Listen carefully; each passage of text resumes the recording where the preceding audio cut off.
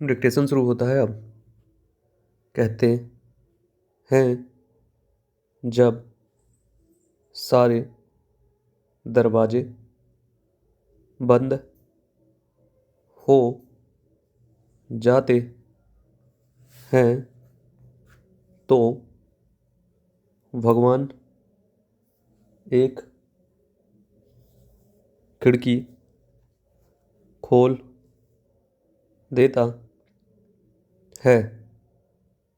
लेकिन अक्सर हम बंद हुए दरवाजे की ओर इतनी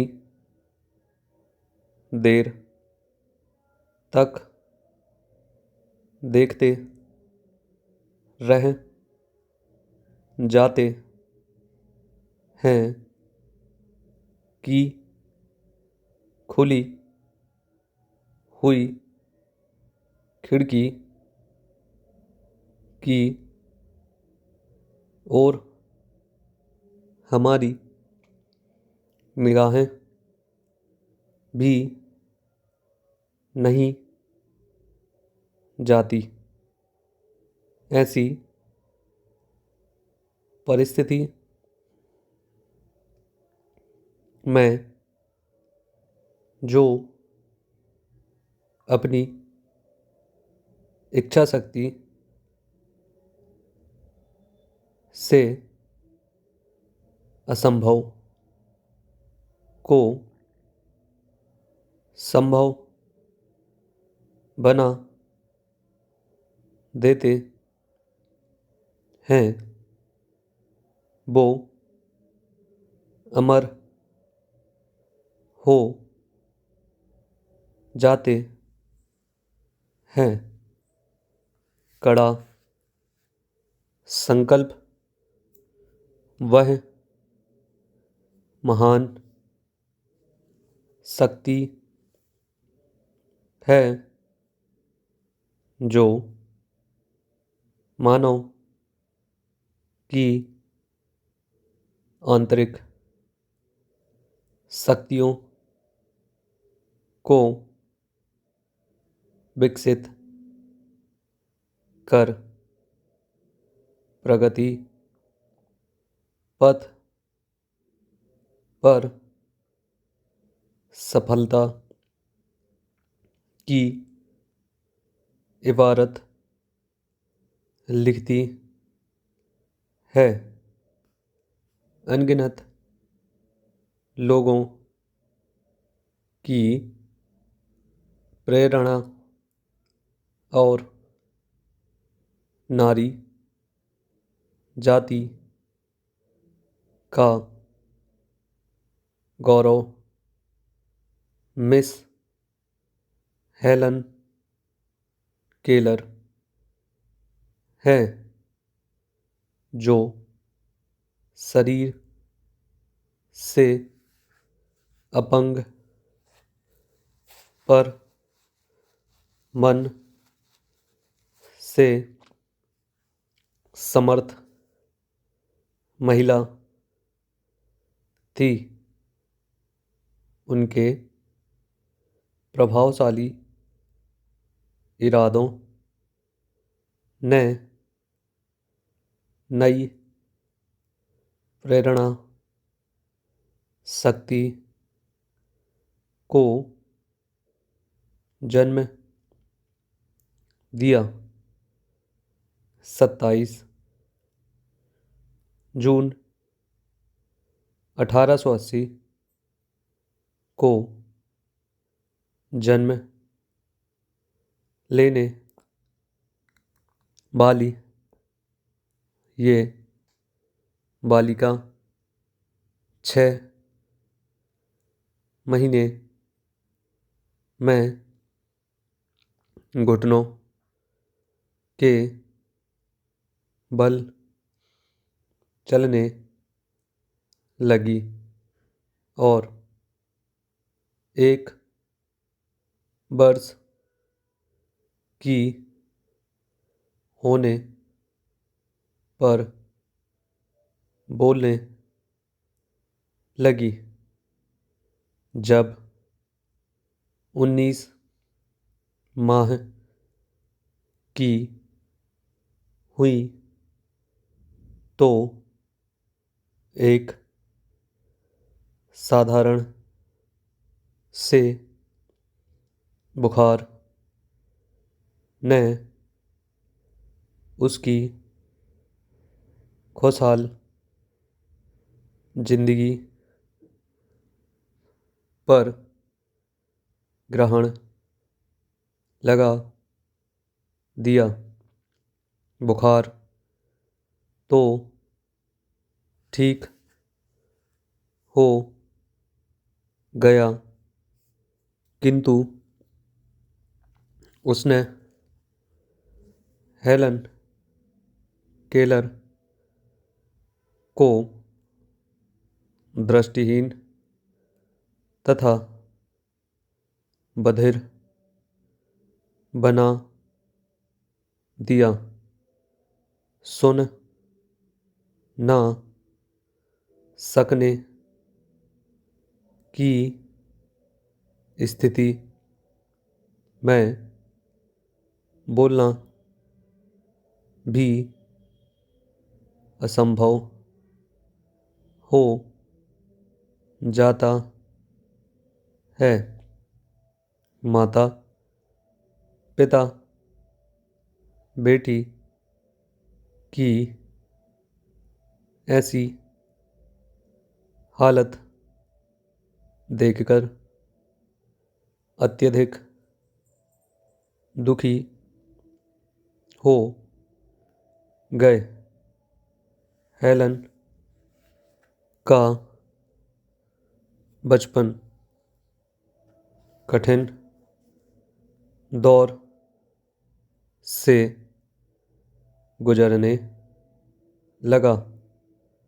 किसी को आशा भी ना थी कि इन मुश्किलों का कोई उपाय भी हो सकता है।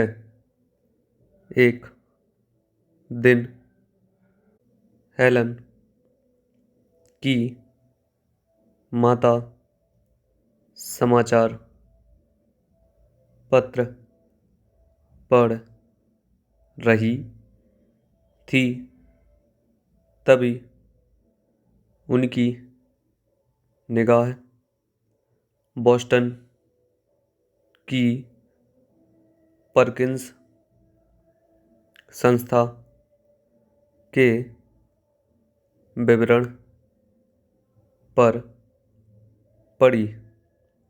उसको पढ़ते ही उनके चेहरे पर प्रसन्नता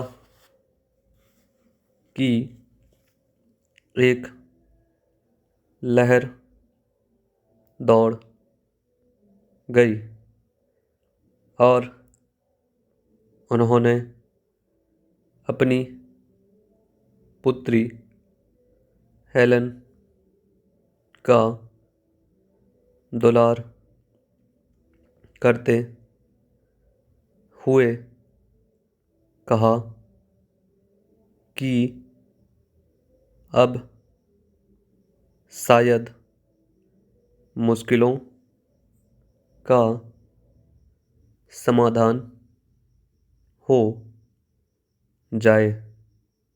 हेलन के पिता ने परकिंस संस्था की संरक्षिका से अनुरोध किया जिससे वे हेलन को घर आकर पढ़ाने लगी।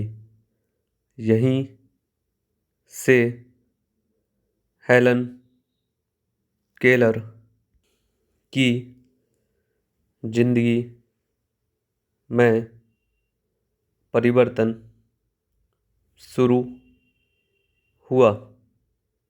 केलर की अध्यापिका सुलीवान बहुत मुश्किलों से उन्हें वर्णमाला का ज्ञान दिया। एक एक अक्षर को केलर कई घंटों दोहराती थी।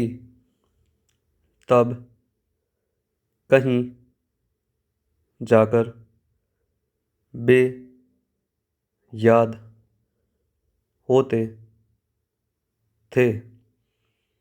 धीरे धीरे वे बोलने का भी अभ्यास करने लगी, जिसमें उन्हें आंशिक सफलता प्राप्त हुई।